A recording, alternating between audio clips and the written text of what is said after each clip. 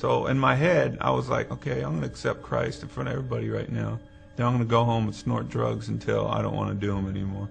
And that was my way of thinking. So I received Christ at the church. I went home, neglected my daughter and put her in front of the TV. I remember I grabbed a $100 bill. I always used a $100 bill for some reason, pride or something.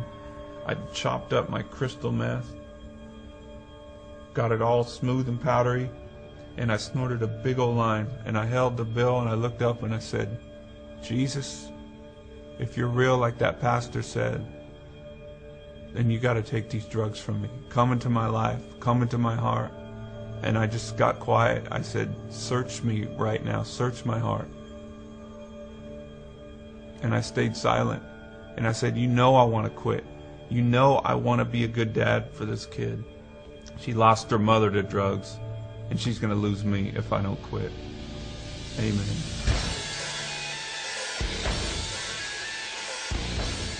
There's a high when you go on stage and you see all these people like just loving your music and loving you and stuff, and there's these girls and all these people going worshiping me. When you see all those people just going nuts for you, it's like, you know, it puffs you up inside. You're like, you know, I'm important. That's where drugs can creep in, and, you know, cocaine or whatever, methamphetamines crept in, and it all came from after drinking for me and my friends. And it seems like fun in the beginning. It's a lie because it turns around on you. It starts to wear on your personality, starts to wear on your relationships, and everything is affected by it negatively. Everything.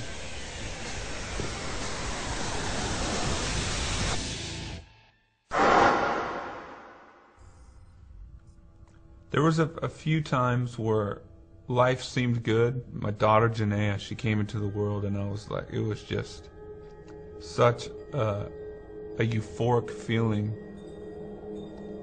I thought my life could just feel like that forever, you know. It was like it was spiritual. Just, I didn't know what was happening. I just felt so much love just fill my emotions, and I thought I was gonna be happy, but I just couldn't stay sober. I didn't know how. I hit rock bottom. I had swore that I would never do methamphetamines again because I saw what it did to my child's mother. It just took her feelings away and made her leave her kid. I just wanted her dead. I wanted to kill her. I thought she was a scum of the earth, and you know, how could she do drugs like that and let the drugs win her like that? So I never was going to do meth again. I ended up with a everyday crippling addiction to methamphetamine, and everything that I said about my ex-wife came true for me. I sunk to the lowest gutter I could ever think of. I would spend time with my kid, and I would still be on it because I needed it to function. I'd get up in the morning, have a peanut butter and jelly sandwich and snort meth, and then take her to school or whatever. It was just, I was a junkie. I started losing my mind. This guy would show up at my house with like a gun and stuff. And then I ran out in Europe, had my drug dealer just crazy send me drugs through the mail. I'd be tweaked out in my hotel room watching this package come from the U.S. It was just nuts. My life just was like spinning out of control. Janaea had come out on one of the tours in the U.S. I just remember her skipping around the house singing one of our Korn songs called Adidas. All day I dream about sex. And I'm like going, what am I doing? I'm a junkie. My daughter's singing All Day I Dream About Sex. And I'm gonna die.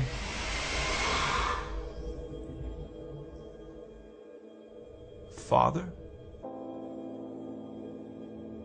My real estate broker, Eric, he said, Brian, I don't mean to be weird with you. I hope you don't take this the wrong way, but I felt the scripture like jump out at me. I've never done this before, you know, so I don't really know how to do this, but I felt like this would mean something to you. It's Matthew 11:28.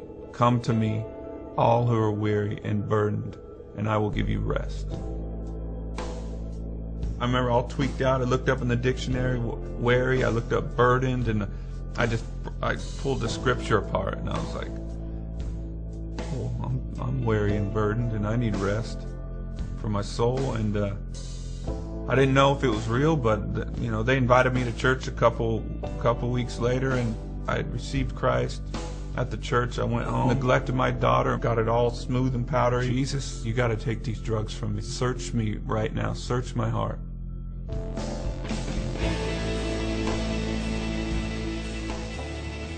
Father. I felt so much fatherly love from heaven, and it was like, I don't condemn you. I love you. I love you. It was just love, love. And instantly, that love from God came into me. It was so powerful that the next day I threw away all my drugs, and I quit corn. I was like, I'm quitting corn, and I'm going to raise my kid, because my kid, like, I got the love from God coming to me, and then it came out of me to my kid. It changed me. My heart was changed like that, and I was like, Janaea, Daddy's going to be home with you all the time. I'm quitting my career. And her face lit up, and she's like, for me? You know, she felt so special, and God used her to save me, to save her life later on. My dream came true way more than I dreamt about. I made more money. I played bigger shows. I mean, houses, cars.